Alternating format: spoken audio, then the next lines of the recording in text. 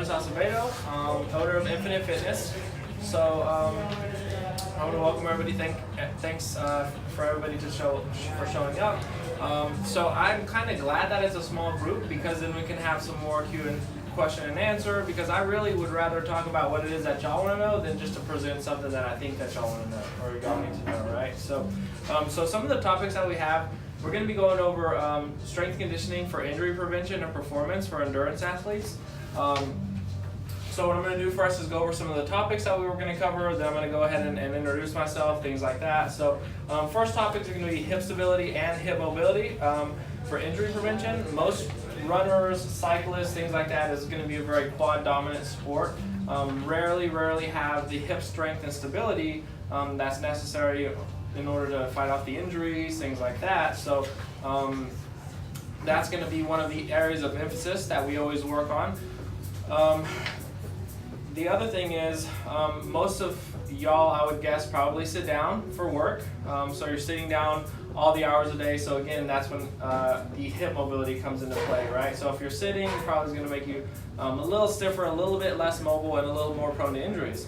The second thing we'll talk about is core training. So exactly what is core strength and core training? Most people just think of the traditional like crunches and sit-ups, and what is it that your core does, and how do you train it to perform what it does, right? Important for y'all's training or for triathlon or endurance races is the position. So you want to have a strong core so that way you can maintain the proper posture, position through the long haul, through the race, whatever distance that is that you're doing. The better your posture, the better position, the more efficient you'll be running, cycling, things like that. So the less painful it'll be too. And then the importance of unilateral and what we call three-dimensional training. So unilateral just means one side, bilateral is two-sided. So running is a sport that takes place on one leg, all on one leg. So it's going to be important to also train in that manner. Train on one leg, train doing one leg at a time exercises. One, it helps to correct the imbalances. If you have one side that's stronger than the other, that's usually where a lot of the injuries are going to come from. The stronger leg is going to be picking up the slack, and it usually gets overused. So when you train them independently, you give the weaker side a chance to develop strength on its own, instead of just depending on shifting your weight to the right side or whatever, just an example. So, and then three-dimensional training. Endurance is done in the sagittal plane, so all forward and backwards, running, cycling, swimming. So what we do is we like to get people out of that and have them do exercises from side to side, rotational, things like that. Again, just develop a well-rounded athlete. So that being said, is there any questions over any of that? No? Okay. So while I'm introducing myself, this is the boring stuff, right? You don't really want to know about me, you want to know about what you want to know. So think about some questions, think about what you really want to get out of it, and then once I'm done introducing myself, before we go into the topics, I'll have a few minutes for Q&A, and you tell me what it is that you need, what you want to get out of this workshop. Why is it that you came? Is it certain exercises? Is it about certain injuries, or what it's about? So after I tell you a little bit about me, I'll give y'all a chance to tell me a little bit about you. Sound good? So I want you to be educated, so I want you to be able to take away something from this workshop. I don't just want to throw 50 exercises at you and things like that. I want you to have an arsenal of some of the principles that we use to train strength and conditioning for endurance athletes, so that way you can hopefully use this in your training. So who's worked with a strength and conditioning coach? Raise your hand. Or a trainer. Okay. Who knows that they should be doing strength conditioning or cross training? Okay, now who does it? Okay, right. So, no surprise. I know it's really not a shock. Athletes love to play their sport, right? So, anytime we train any other athletes, like they enjoy their sport. They don't necessarily enjoy the cross training, the hours in the gym, doing things like that. Like they want to swim, bike, and run. They want to play whatever it is that they're playing. So totally understand. But some of the pitfalls and some of the challenge that we see is a lot of people, the time is an issue, especially if you're in season, if you're in a competition phase, you're swimming, you're biking, you're running, you're doing all of this training. Like, how do I find time to do any cross training once or twice a week? Like, how much am I even supposed to be doing? Like, what does that even look like?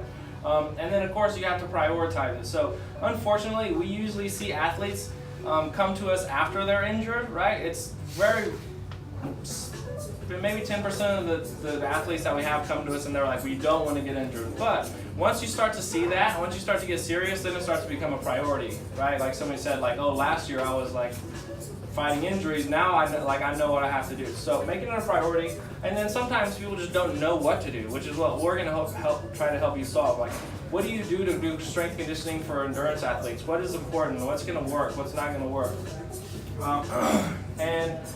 Just in nature, anything that has a competitive nature to it is going to increase the injury rate because you're pushing yourself, you're trying to get better. So that's what the training that we are going to help provide to y'all, or the education, hopefully to fight away those injuries or prevent those injuries as best as possible. But anytime you have a competitive sport, that's just the nature of it. As compared to compared to being recreational, right? So I have a history in triathlon and endurance sports. I graduated from Texas Tech. I know this is why we're red and black. Don't hold it against me though. just listen with an open mind. So while I was at Tech, I was into triathlons and endurance sports. Obviously I was studying this. I did have some injuries come up, and then of course I was studying. So I studied basically for my own knowledge. Since then, I've actually switched sports to like the complete opposite. So I do Olympic weightlifting now, but I still specialize at Infinite Fitness. We specialize in really endurance athletes, strength conditioning, performance for endurance athletes. So I would say 60 to 80% of our clients are some sort of endurance athlete. So I've had we've trained runners and like pro level athletes and people that are just doing their first sprint triathlon, or some of our ladies are doing like the one of the triathlons in Barton Springs. It's really cute little I forgot what it's called. So from people doing their first 5K or triathlon to higher level athletes,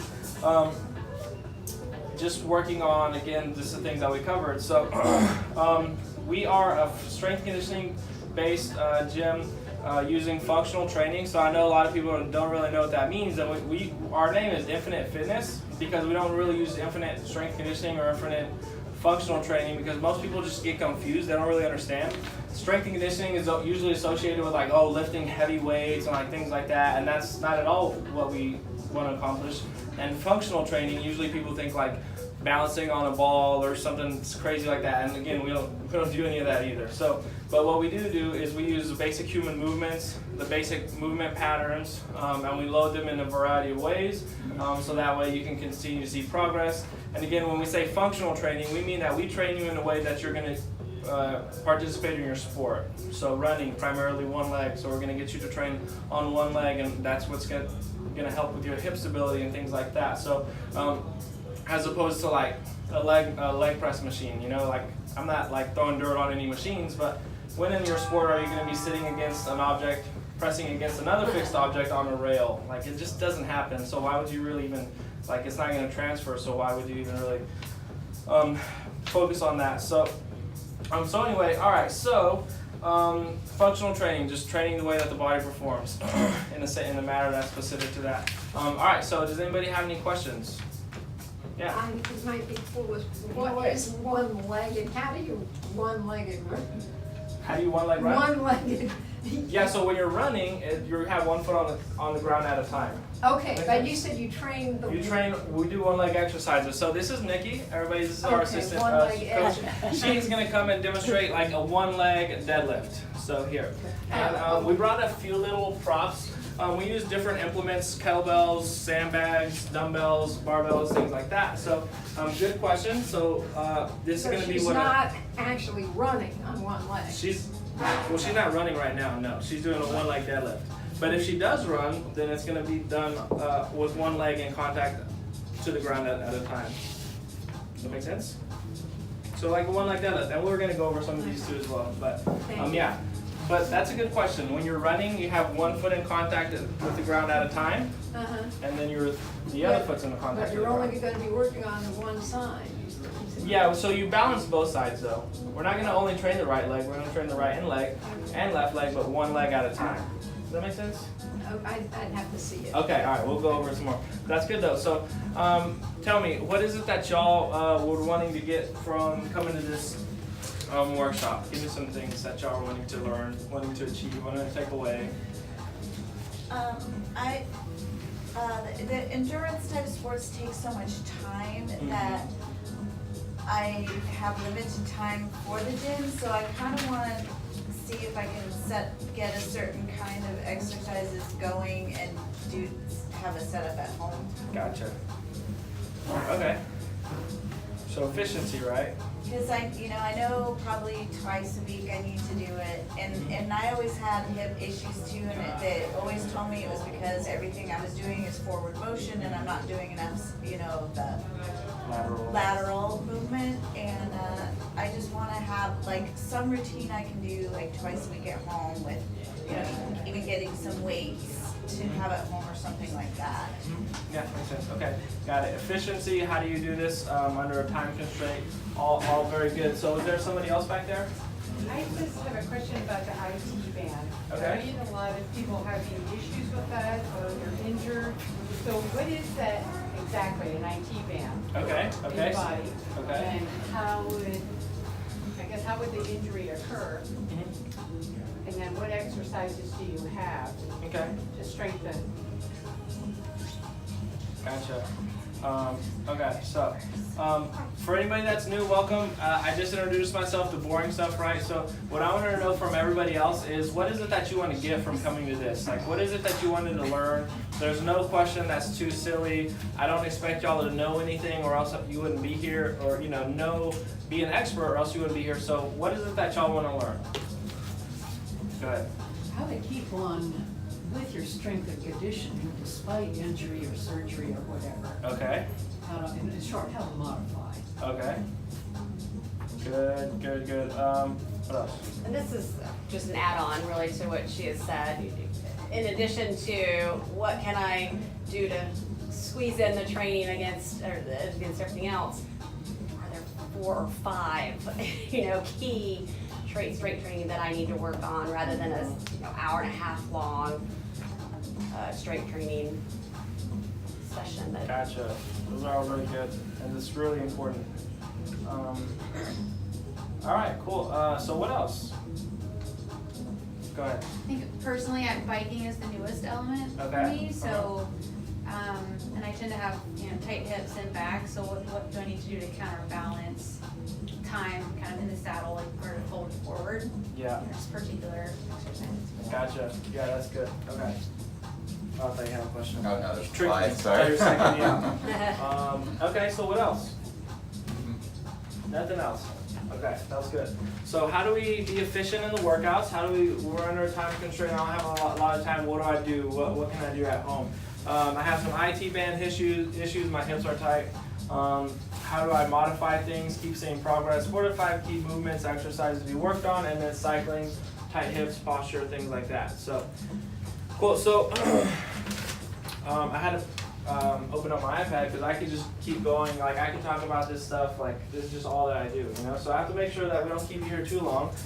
So some of the agenda and goals that we have, and we'll mix this in with exactly what y'all are wanting to learn is to structure a proper actual workout. What we do is we include a dynamic stretch or a dynamic warm-up, which is moving through a certain range of motion, so that way you're able to do the strength training portion without the chance of getting injured. So you want to stretch a little bit, but you want to do a certain type of stretches.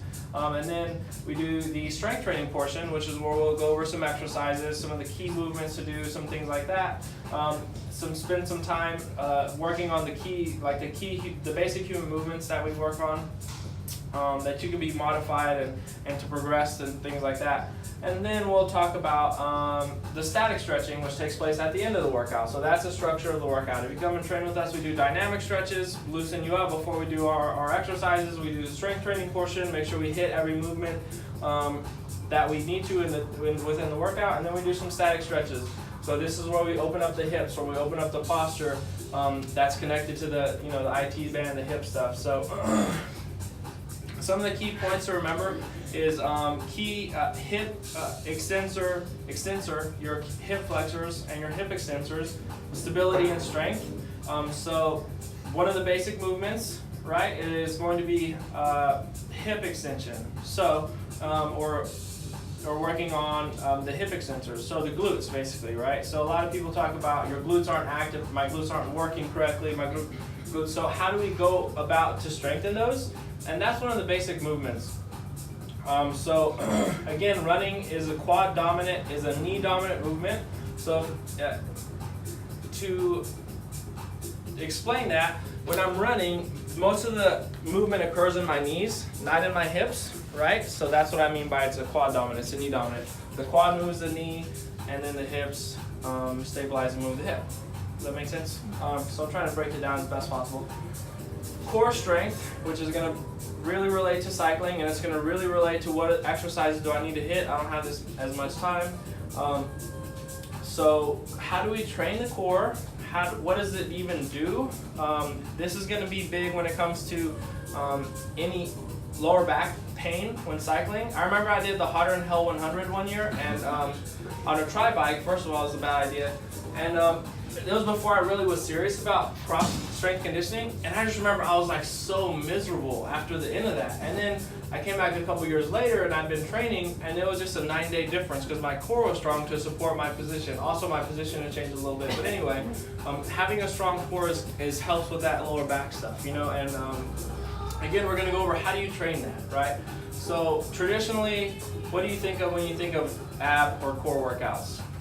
Probably like crunches, right? Sit-ups, Dead like bug. dead bugs. Really good. Hydrants, circles with your knee. Yep, fire hydrants. I don't know what you call it when you lay down, but you go up in the V.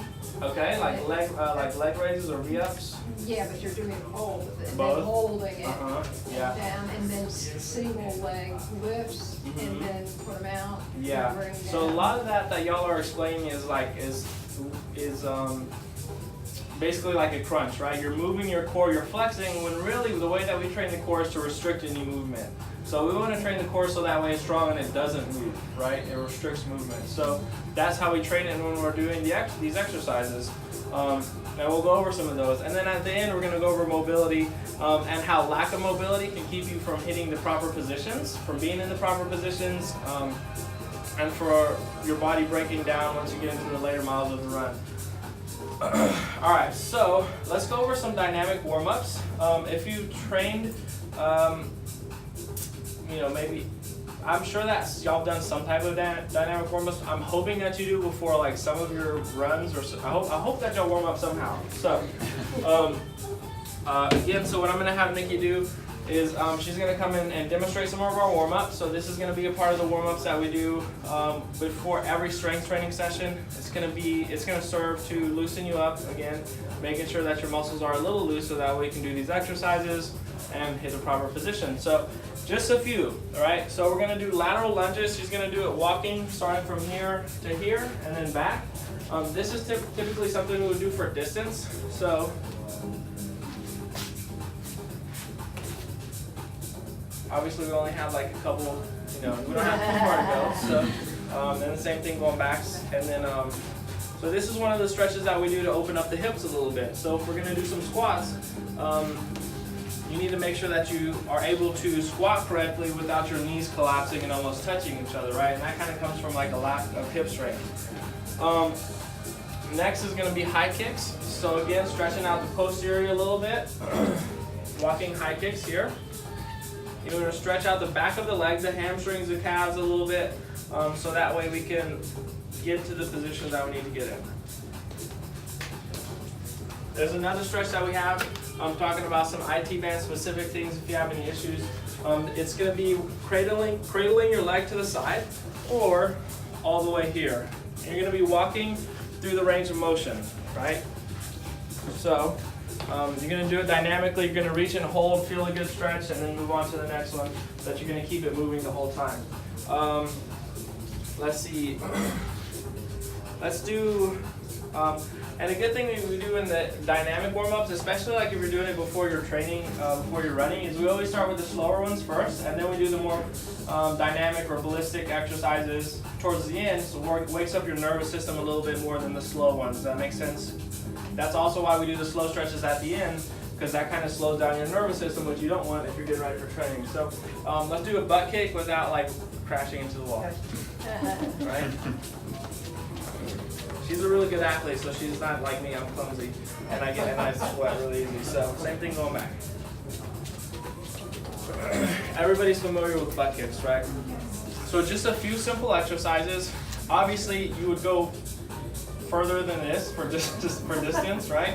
The thing about runners is when it comes to the strength, the thing about endurance athletes is when it comes to the strength training, they always want to do more. Like more is not always better, first off, and then they always want to do less stretches. They're like, okay, I'm done. I'm like, you're not done. You have to do down and back all the way more. So at least 10 yards down and back, or 20 yards total for these dynamic stretches. You can kind of add variations to them. So like we do like a front lunge with a twist or a front lunge with a reach. So you can show you that. Front lunge, twisting, opening up the hips a little more. Again, she's moving through these ranges of motion, so she's moving back and forth. She's not just holding. It's not slow and steady. And this is going to be a good one for the hip stuff that you were talking about as well. So rule of thumb, always, especially if you're on your own, if it hurts, don't do it. It's really simple, right? Best advice you can get. Well, I'm doing these squats, you said they were good, but like, just my knees hurt. Well, you probably, there's probably some issue that you have going on, that you need to fix first. Or your form is just not correct. Okay, so dynamic warm-ups. Does anybody have any questions? No? Okay. Sometimes people are looking at me like, yeah, you're going too far, like in the rabbit hole. You have to come out a little bit. So, yeah, let me check the time. So let's talk about core training next.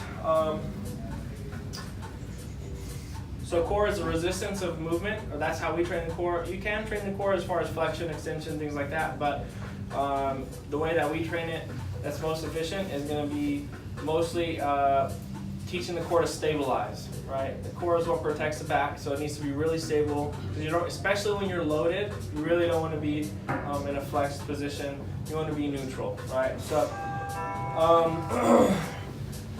some of the variations that we do, some of the basic exercises that we do, we have like a base of exercises, and then we just vary them in progressive to more difficult levels the further along you get. So like we have a plank, everybody starts off with a plank, and then they progress to a single leg side plank. And then we test them on a single leg side plank. But first we have to make sure you do a plank first. But again, these are the questions when it comes to the modifications, is stay at the ones that you're comfortable with, that you're comfortable with, and you don't feel like pushing you too hard is going to get you hurt, right? So first thing we're going to do is we're going to do some loaded carries. She's going to do some loaded carries. I'm just going to keep talking. I'm already getting tired. So we have loaded carries in the front rack. So again, loaded carries to the side. We have loaded carries overhead. We have upside down kettlebell loaded carries. All of this is going to be working on stabilization. So now that's a loaded part. She's going to do the walking, which is a carrying, right? So we're walking nice and controlled, making sure not to be overextended here. So this is what overextension looks like. No movement side to side. I come back, do some overhead loaded carries. Again, really bracing the core, making sure that you are not leaning, moving, anything like that. Like who carries all the groceries in one trip, right? You probably carry it like this, right? So when we do a loaded carries, the emphasis is on maintaining a neutral position. This is gonna really be key to like back health for the bike, Okay, so those are some loaded carry variations. Let's go to different types of planks. We have, I don't know how many different types of planks, right? We have 2-arm planks on the elbows. We have 3-point planks. We have 2-point planks. We have weighted planks. We have side planks.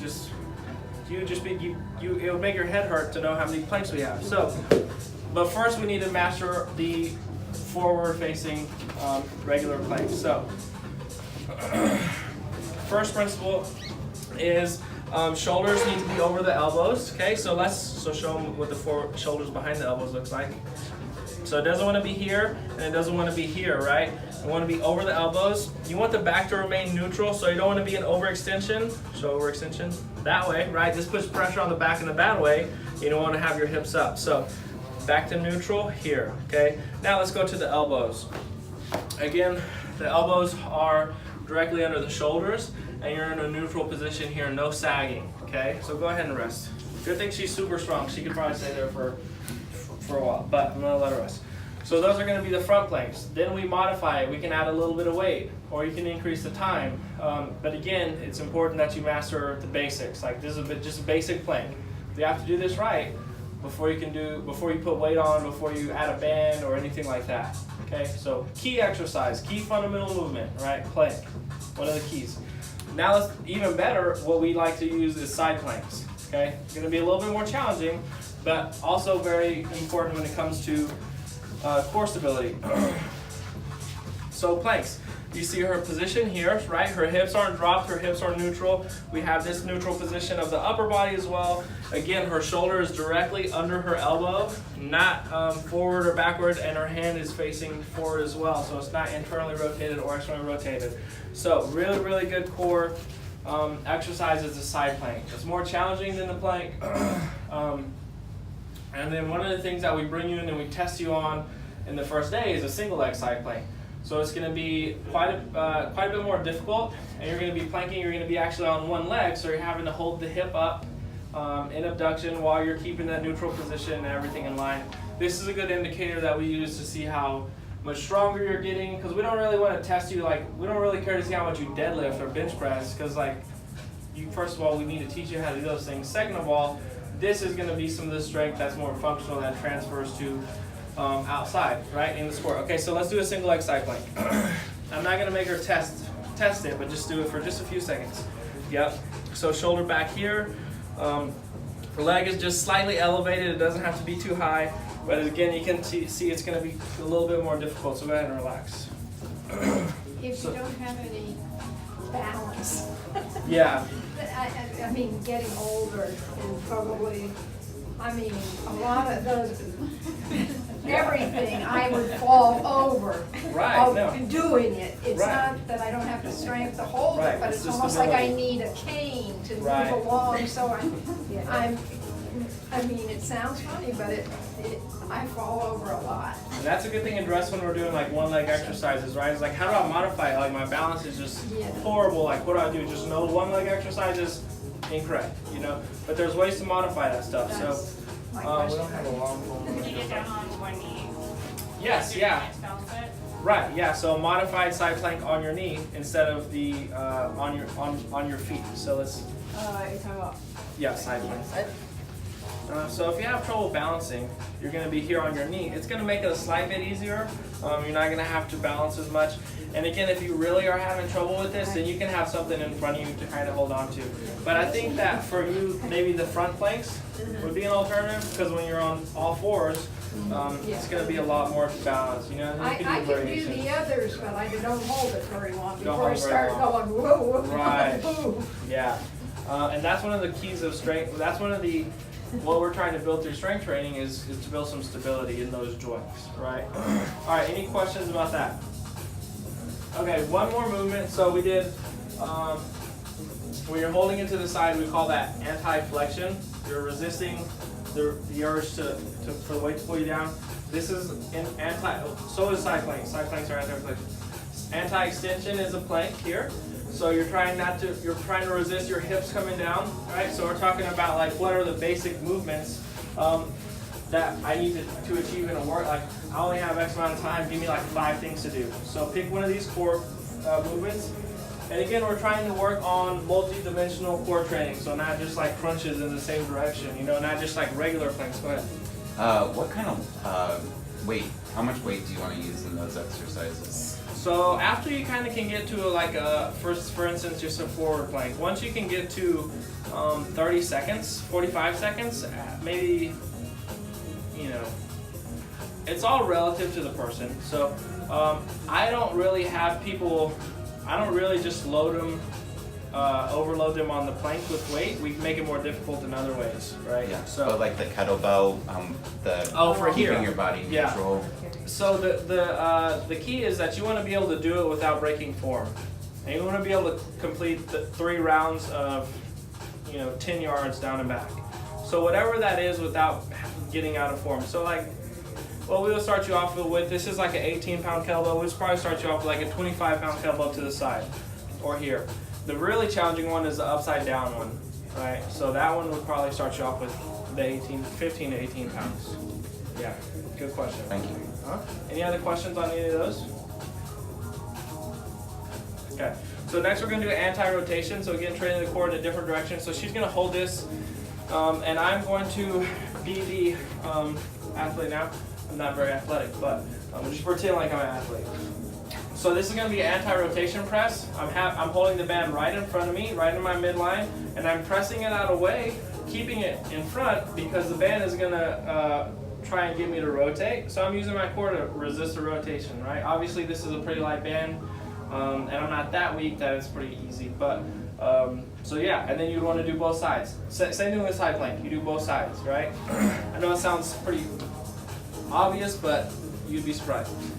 Outside here, back, here, back. Making sure that you keep a good posture the whole time, okay? So it's going to be any of the exercises we do, any of the warm-ups, you want to make sure that your posture and your positioning is correct, right? Because if you're doing these in a bad position, it's almost better off if you just don't do them. Does that make sense? So that's kind of why we're giving you some of the basic stuff, you know? Then you can graduate to the more advanced exercises, variations thereof. Make sense? What will be a variation of that? Variation? Yeah, good question. So, there you go. So a variation that we use is going to be like a half kneeling. So you're kneeling here. You're going to do a full kneeling. I'm not going to fully kneel, but 2 knees down here. Or you can do a vertical press. Or you can do a press plus the vertical, bring it back. Let's see, can you think of any more variations? I mean, we have a ton, but That was about it. yeah, there's a few more that we have. Another one is press and hold. Yeah, so holding for a time, like 30 seconds or something. What's the other one? Okay, so okay, so that's gonna be like the basic core exercises to cover, right? You want to do like 1 anti-extension, 1 anti-flexion, 1 anti-rotation. Yeah, any questions on that? No? Okay. Okay, so hips. Hip stability, hip exercises. How do I work my hips? What does that even mean? Do I do the hip abduction machine at the gym? What do I do for hips? For glutes, things like that. So what we have is, we have some exercises that we use. Let me check the time. We have some exercises that we use for a warm-up or for a pre-movement, and this gets to try to get the glutes firing, gets the glutes warmed up. And I hate using the word glutes just because like people use this and they don't really use it correctly, but glutes, hips, same thing. And then what we progress people to is teach them how to do bridges correctly, because bridges is going to be the same pattern as a deadlift. Don't like shy away from, we call it a deadlift, but like a lot of people associate that with like powerlifting, and we just do that movement pattern, which is a hinge, once we learn how to do so. A deadlift, and then we can throw in some more complicated exercises. So let's go with some of the hip stability, some of the hip activation or pre-movement. So you could add this into your dynamic warm-up, just kind of get warmed up really quick. You can use these type of bands, or you can use the smaller hip bands that are about this thick. I mean, not this thick, but this diameter. And then you put them around your knees, right?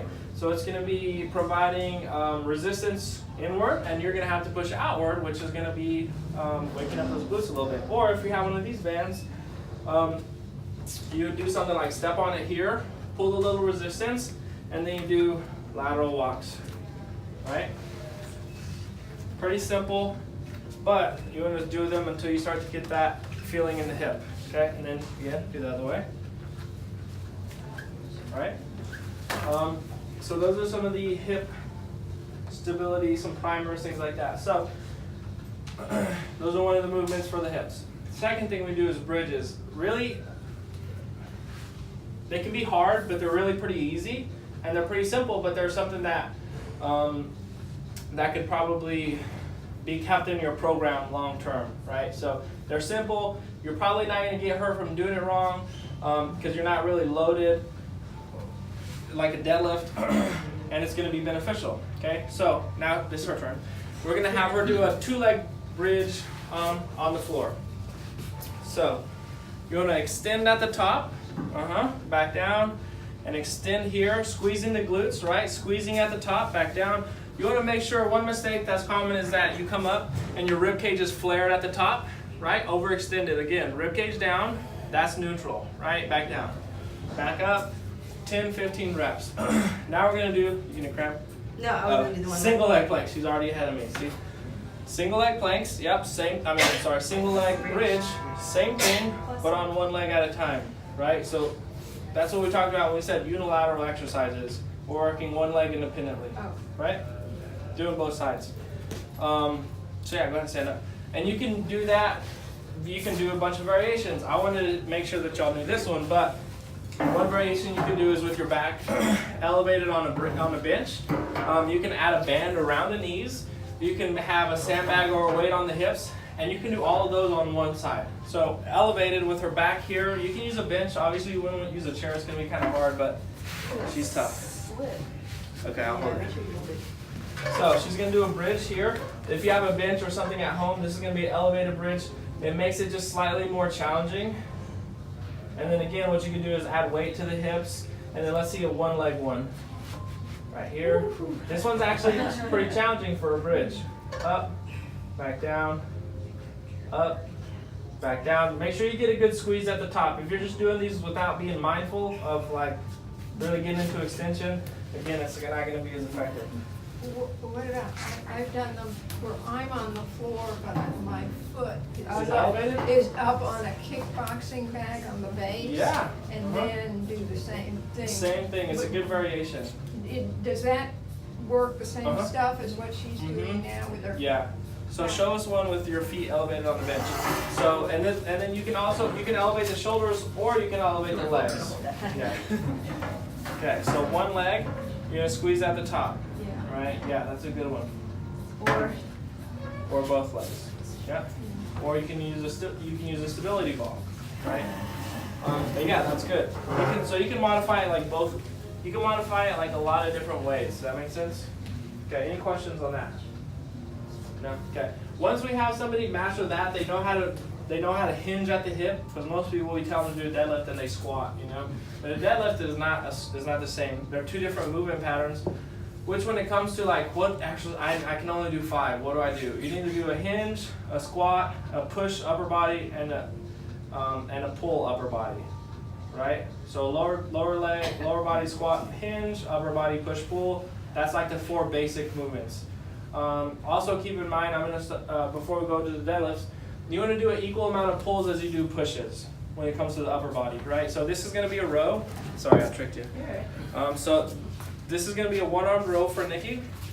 This is a row. This is a pull, right? The opposite of a pull is a push.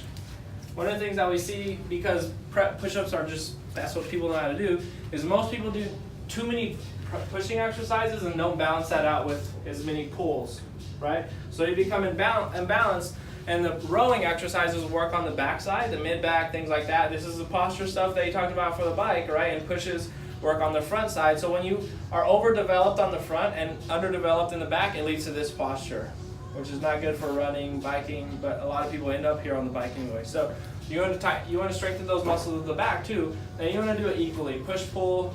If you do 3 sets of push-ups, you want to do 3 sets of rows. You could probably even afford to do 4 sets of rows for every 3 sets of push-ups. Just an example. Basic movements though, right? That's what you were talking about, 5 basic movements. All right, now back to the hip stuff. What time is it? 4:13. Okay. All right. You can just wave at me if I'm going too long. Deadlift. So once we teach people how to do bridges correctly, use the glutes, extend at the top, we teach them how to do. At the same time, we're strengthening their core this whole time, right? Because a deadlift is going to be require you to engage your core. So step this way. Bring that kettlebell over here. So we teach them a deadlift, a sumo deadlift, or a deadlift in the middle of your feet. So the difference between a deadlift and a squat is a deadlift is hinging at the hip. Go ahead and stand back up, right? Nice control back down. Hip dominant, right? So stand face towards me. Hip dominant. The majority of the range of motion comes from the hips. That make sense? Now bring it up and do a goblet squat. This is the difference between a squat and a hinge. Go. The majority of the flexion comes from the knees. Right? Running is quad dominant, majority from the knees. So that's where the weakness in the hips comes from. Let's go back to a deadlift. So we teach the deadlift after you learn the bridges, making sure that you stay neutral here on the way down. So pause at the bottom, kind of, so that this is neutral, right? No round, nothing, no flexion or overextension. Stand back up. And that your knees aren't pushing forward like you're trying to squat. Because if you're weak in the posterior, your quads will want to take over and you'll just push your knees forward like you're squatting. So do kind of like a squat variation of that. This is what happens when you don't really want to load that back part, right? The posterior chain is what we call it. This is where it should be, and what happens when you're not strong is you try and let your knees come forward. So we have to kind of teach people that over time. Put it down. Don't you get tired. I'm getting tired talking so fast. All right. So we teach people with a kettlebell first. Tons of variations. We teach a dynamic version, which is a kettlebell swing. Most of y'all have seen some type of kettlebell swings. So she'll show you that. Yep. Right? So one thing that we progress endurance athletes to is to doing some dynamic stuff, some jumps, some kettlebell swings. Dynamic meaning power. It's explosive. You can't do this one slow, right? Or else it won't work. But you have to learn how to do the basics first. All right, now this is the time where again we come up to single leg exercises, like how do you do a single leg deadlift, which we kind of went over earlier. So she's going to do a variation of a single leg deadlift. Again, it's hip dominant, mostly coming from the hip. Same principle, back stays neutral, flat, right? So some of the errors is that people will let the weight pull them down to that side, right? So the weight's on the right, you're leaning from the right. You want to keep your torso even. Again, it's going to engage the core a little more. Then, okay, go ahead. You said that. And you can do that variation with 2 kettlebells, with 2 dumbbells. You can do it with a band, things like that. Do it here.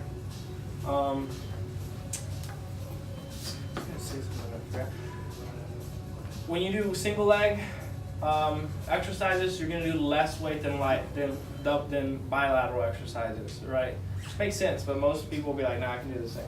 Like, you need to chill out. Put the weight down. Overachievers. Most of the people that we train that are like runners, triathletes, are more ambitious than they are. You know. I usually have to hold them back more than I have to push them, right? Like, no, you don't need to do 5 extra sets. You already done. I know I corrected you. Okay, so any questions on that? Yeah. Okay, so kind of back to the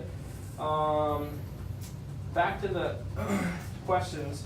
So how do you modify the things, right? Start with the basic movements, the bridge, the body weight squat. We'll go over a little bit about that. The forward plank. Like, stick with the simple ones until you're confident moving on to the next progression. Limited on time, what do I do? What are the 4 or 5 movements we do? So again, the hinge, the squat, a push and a pull, and then core. And what we suggest is like at least 3 sets of in each of those categories. And you can do it in a circuit fashion. You can do them all, like all 5, then back again, all 5. So that way, if you have to end, you still get like at least some of the full body. How many reps would you say? We would stick between 8 and 15. After 15, it's not very beneficial. It's contrary to what's popular belief. And under 8 is a specific type of training. It's not bad, and we progress people to do some of that. Like we progress endurance athletes to do some of that, but that's going to be more for like absolute strength. Like we train, like I'm in Olympic weightlifting, so we train to lift 1 rep really heavy. Like 1 rep really heavy. So I don't really do more than like 3 or 4 on most things. You know, I get kind of lucky, right? When I was an endurance athlete, it was like, I felt like I lived on the bike. So anyway. How many sets? 3. 3. Mm-hmm. Like at least 3, ideally. Yeah. Okay, so we're gonna go over some unilateral squat stuff because we did talk about like how do I create balance, what are some basic movements. So Nikki's gonna come here. First thing that we do is we make sure that you can master a squat. If you can't do a squat body weight, you're probably not gonna do a squat with weight correctly, right? So a good squat, holding the hands in front, you want the feet about shoulder width apart, could be slightly wider. So go ahead and move to about 4 or 5, slow and controlled. The feet can be about 10 to 15 degrees out. What you don't want is your feet to be here, because then there's no way your knees are going to be in alignment. the two main things when it comes to a squat is you want your knees to track over your feet, okay? So one thing that we see in almost 90% of runners, endurance athletes, is that their knees collapse. Really bad for your knees. If you're wondering why squats hurt your knees, this is probably the first thing to check, right? Because you have an outside force pushing your knee inward. Second thing is making sure your back is neutral. And all these exercises, there's very, very few exercises where we allow you to be in like not a neutral position. Yeah, so that's inflection, right? Face me. So neutral back, right? And then that's inflection. This is how to do it, right? Okay, so make sure back's neutral, knees are tracking over. And then you can worry about depth. You don't have to worry about it in the beginning. If you can't get to a full depth, it's okay. Work your way up to it, so that way you're not compensating by trying to just to try and get lower, right? Now what we do is we do a split squat. So that's a one-sided squat. Yeah. Yeah. So a split squat. We're not. It's not necessarily really balance intensive, but you're still working on one side. And what you can do for this is, like, if you have a really long foam roller or something, you can hold just here. need something to touch. Yeah. Or you can be beside a wall, right? Do it beside a wall. We have people. We have people do that all the time. We have people do one leg deadlifts by a wall, right? Okay. Nothing wrong with that. If you do, just make sure your shoulders are moving evenly and you're not holding onto the wall. Make sense? This is a good question though. What do we do if I can't balance right? What's up? I have a question on the first squat that you did, the two-legged. Did your buttocks go past your knee? Yes. Yeah. Yes. And it's so we do get people to squat past parallel. It's not like the ultimate goal is not to get all the way butt to grass. They call it something different, but the goal is not to just get as low as you can, but we want to get you to pass parallel. We want to get you to parallel. Yeah. So some of the things that aren't true, right? Squatting is bad for your knees. That's not true. Second thing is squat. Like you should only squat to like 90 degrees. Or to sit down is what I read a lot of. Yeah, and that's not bad. As far as the seat. Well, seats heights vary. You know what I mean? Well, that's true. Right. So we get people to squat parallel. Okay. And it's gonna, well, when you're doing this, you're working on strength and mobility at the same time. So your hips are getting more mobile the lower you can squat, right? So you work on two at one time. Okay, thank you. Yeah, you bet. So yeah, that's gonna be the squat stuff. A split squat is the basic unilateral version of that. Is there any questions? Is there any questions on anything that we went over? What's up? Are you going to talk about frequency during the week? Like Yeah, if you're good in question. a triathlon program and you only have one rest day, how do you fit all this in? Right. Very good question. So, two things is I like to keep people's rest day their rest day. So I don't want you to do an extra workout on your rest day. Second off, was we usually suggest to most athletes, can't talk anymore, but to do twice a week. Usually like on a day that's not going to affect one of your important workouts, right? Because you tax different energy systems when you're strength training. I would prefer strength training after you're running because the number one goal in strength training is to not get hurt, right? It's not to lift a lot of weight or do cool stuff. Like, first of all, just don't get hurt. Second of all, will increase performance. But so the first priority is running, cycling, is triathlon. So do that workout first, and then the strength workout after is what I would suggest. I would suggest 2 times a week. It depends on what phase of training you're in, first of all, and second of all, it depends on what kind of volume you're used to. Like I have one runner that's a really pretty good runner, and he's used to doing strength training like 4 times a week. So I'm not gonna be like, okay, you gotta like cut it down. He was doing the wrong type of strength training, granted, but I know that sounds really arrogant, right? I shouldn't say that. He was doing a lot of bodybuilding stuff, you know? So I'm not gonna say, oh, you're doing 4, like we're only gonna do 2. So we can keep the 4, let's just modify what we do. You know what I mean? But I would say like usually for the average person it's gonna be 2 people. I mean 2 times a week. Yeah. And if you're in a phase of training where you're not doing as much, if you're not in a competitive phase, if you're more in an off-season phase, you might can step it up a little bit. So, but yeah, that's a good question. So I have a question, like when do you do it? Because like they're all kind of key workouts. Right. Yeah. So like, do you mean like don't do it before the running interval day where you have to like do intervals, or is it bad to do it? Like my problem is like I'll do like I was doing the weights on Wednesday, Thursdays would be like the run interval day, and I'd be so sore, and so then I couldn't really get a great workout with the running, but then somebody said, well, you just keep doing it and you get used to it.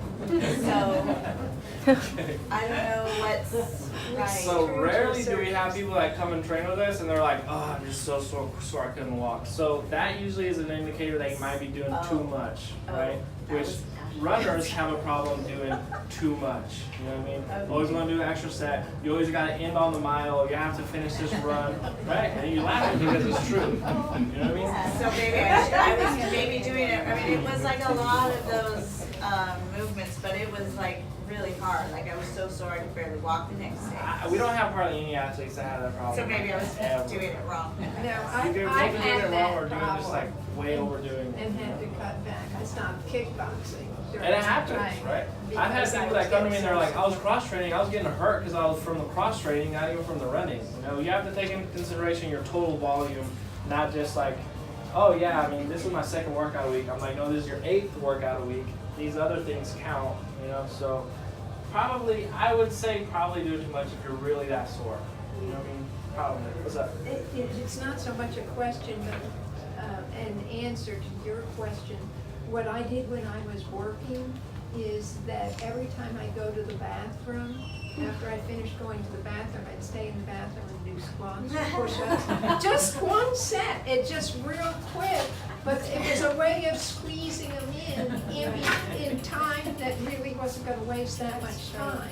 That's true. Oh, I just, earlier we had a question about ice band. Okay, gotcha. Okay, go ahead. Just real quick, none of this is go to the gym and get on weights, which just intimidates the heck out of me. It So does. you're kind of advocating for that isn't necessary. No, not Right, okay. necessary. No, as long as like you can master the movement somehow.